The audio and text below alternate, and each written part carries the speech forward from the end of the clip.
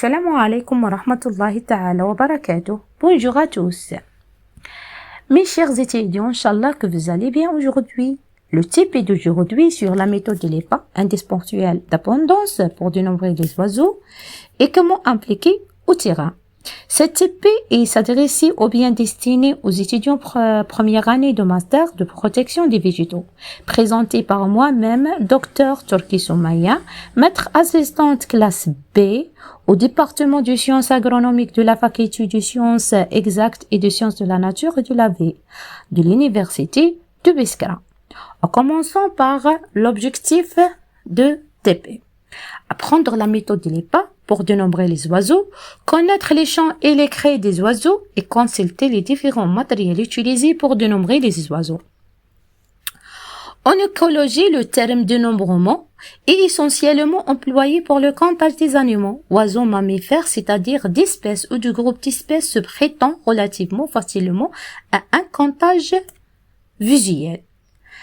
Ce terme, en ornithologie, l'inventaire de la vie faune est réalisé par l'observation visuelle des oiseaux à l'aide du jumelle ou d'une longue vue, ainsi que par l'identification de leurs chants écrits ou bien point écoute, complété par la recherche d'indices de leur présence, nez, plumes des oiseaux ou la présence d'ossements.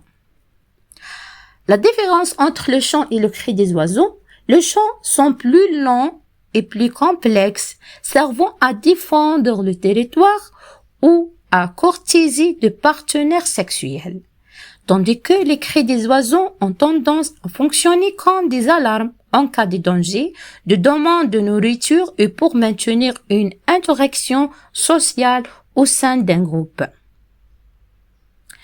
Des matériels utilisés pour dénombrer des oiseaux sont comme la jumelle,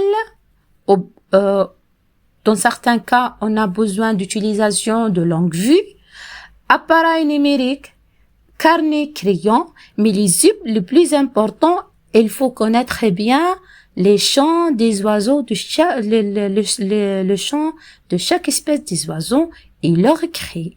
Ainsi indispensable d'utilisation des guides des oiseaux pour identifier l'espèce en cas d'observation visuelle. La méthode de l'EPA. Cette méthode est particulièrement adaptée à toutes les études touchant aux relations oiseaux-milieu, qui sont les structures qualitatives et quantitatives des populations à différents stades d'un même groupement forestier ou dans des groupements différents. Le principe de cette méthode est de choisir un certain nombre de points représentatifs aux stations d'écoute du milieu étudié. Le relevé contient un cercle de 50 mètres de diamètre au centre duquel l'observateur se tient. 2 EPA partiels sont effectués durant la période de reproduction, au début de la période de reproduction et le deuxième à la fin de la période de reproduction. Chaque EPA partiel est constitué par 15 EPA unités et chaque EPA unité dure 20 minutes divisé en 4 tranches de 5 minutes. Cette méthode est effectuée tôt le matin, 1 heure après le lever du soleil. Le nombre de points dénombrés par jour peut être de 6 au maximum.